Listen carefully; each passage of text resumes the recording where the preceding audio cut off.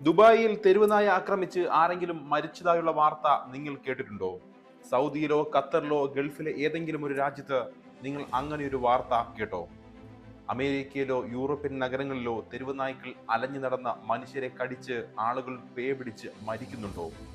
Hong Kong, Malaysia, Singapore, China പോലുള്ള Asian രാജ്യങ്ങളിൽ തെരുവുനായ്ക്കളുടെ കടിയേറ്റ് മനുഷ്യർ പേ പിടിച്ച് മരിക്കാറുണ്ടോ? ഇല്ലല്ലേ? കാരണം അവിടെയെല്ലാം ജീവിക്കുന്നത് മനുഷ്യരാണ്, തലച്ചോറുള്ള ആധുനിക മനുഷ്യർ. തെരുവുനായ്ക്കളുടെ വിഹാര കേന്ദ്രമാണ് ഇന്ന് നമ്മുടെ ദൈവത്തിന്റെ സ്വന്തം നാടായ കേരളം. തെരുവുനായ്ക്കൾ കടിച്ച് കുഞ്ഞുങ്ങൾ വരെ ദിവസവും പേപിടിച്ച് മരിക്കുന്ന സ്ഥലം. തെരുവുനായ്ക്കളെ പേടിച്ച് മനുഷ്യർ പുറത്തിറങ്ങുവാൻ പേടിക്കുന്ന സ്ഥലം. അതെന്താണ് ലോകത്ത് ഒരിടത്തും ഇല്ലാത്ത രീതിയിൽ ഇത്രയധികം തെരുവ് പട്ടികൾ നമ്മുടെ കേരളത്തിൽ? പേപ്പട്ടികളെ കേരളം വളർത്തിക്കൊള്ളാമെന്ന് കേരളം ആർക്കെങ്കിലും വാക്ക് കൊടുത്തിട്ടുണ്ടോ? 25 കോടി രൂപയുടെ വാക്സിനാണ് ഓരോ വർഷവും കേരളം വാങ്ങുന്നത്. പ്രൈവറ്റ് മേഖല വാങ്ങുന്ന കണക്ക് വേറെയും. 0 മുതൽ 8 ഡിഗ്രി വരെ താപനിലയിൽ സൂക്ഷിക്കേണ്ട ഈ വാക്സിനുകൾ സൂക്ഷിക്കുന്ന താപനിലയിൽ തന്നെ നേരിയ വ്യത്യാസം വന്നാൽ പോലും ഗുണനിലവാരം കുറയും. അത് ഓരോ കുപ്പി വാക്സിനും കമ്പനി പ്രത്യേകമായി എഴുതിയിട്ടുണ്ട്.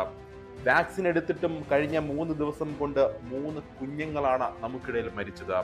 നിരന്തരമായ കറണ്ട് പോക്കും ഫ്രിഡ്ജിന്റെ താപനിലയിൽ ഉണ്ടായ വേരിയേഷനും മൂലം വാക്സിന്റെ ഗുണനിലവാരം കുറഞ്ഞതാകാം കുഞ്ഞുങ്ങൾക്ക് വാക്സിൻ ഏൽക്കാതെ വന്ന് മരണപ്പെട്ടത് എന്ന് ഡോക്ടർമാർക്ക് തന്നെ തുറന്ന് സമ്മതിക്കേണ്ടി വന്നു.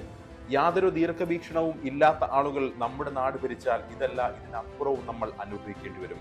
മുത്തങ്ങയിൽ ഒരു KSRTC ബസ് ഒരു മാനിനെ ഇടിക്കുകയുണ്ടായി. വനം വകുപ്പ് വന്ന യാത്രക്കാരെ പെരുവഴിയിൽ ഇറക്കി വിട്ടിട്ട് KSRTC ബസ് കസ്റ്റഡിയിൽ എടുത്തുകൊണ്ടുപോയി. ഒരു മന്ത്രിയുടെ ഓർഡറാണത്രേ.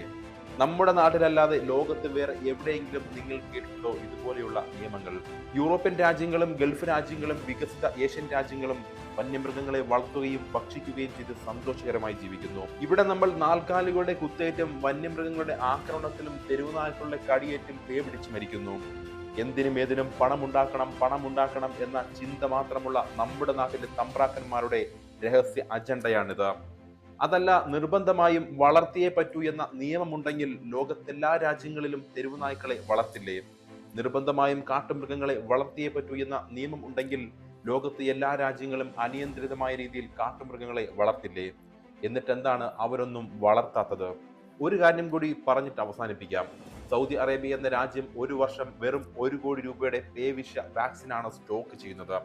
അതിൽ 3/4 ഭാഗവും ഉപയോഗിക്കേണ്ടി വരാത്തത് കൊണ്ട് എക്സ്പയർ ആയി കളയുകയാണ് ചെയ്യുന്നത്.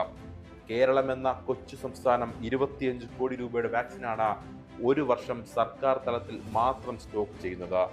പേപ്പട്ടിയെ വളർത്തുക, അതിന്റെ കടിയേൽക്കുക, പേപിടിച്ച് ചാവുക, അത് തന്നെയാണ് നമ്മുടെ വിധി. വർഷാവർഷം 25 കോടിയിൽ പരം രൂപ വാക്സിൻ കമ്പനിക്കാരും കൊണ്ടുപോകുന്നു. പണത്തിനും അധികാരത്തിനും വേണ്ടി എന്തും ചെയ്യാൻ മടിയില്ലാത്ത കുറെ ആളുകളുടെ ആവാസ കേന്ദ്രമാണ് നമ്മുടെ നാടും രാജ്യവും.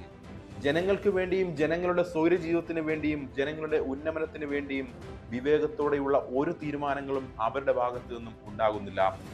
മറ്റു രാജ്യങ്ങളൊക്കെ ഈ വിഷയങ്ങളിൽ എന്ത് നിലപാടാണ് കൈക്കൊള്ളുന്നത്, ഈ വിഷയങ്ങളെ എങ്ങനെയാണ് അവർ കൈകാര്യം ചെയ്യുന്നത് എന്ന് പോലും നമ്മളെ ഭരിക്കുന്നവർ അന്വേഷിക്കുകയോ ചിന്തിക്കുകയോ ചെയ്യുന്നില്ല എന്നുള്ളതാണ് ഏറ്റവും അത്ഭുതം.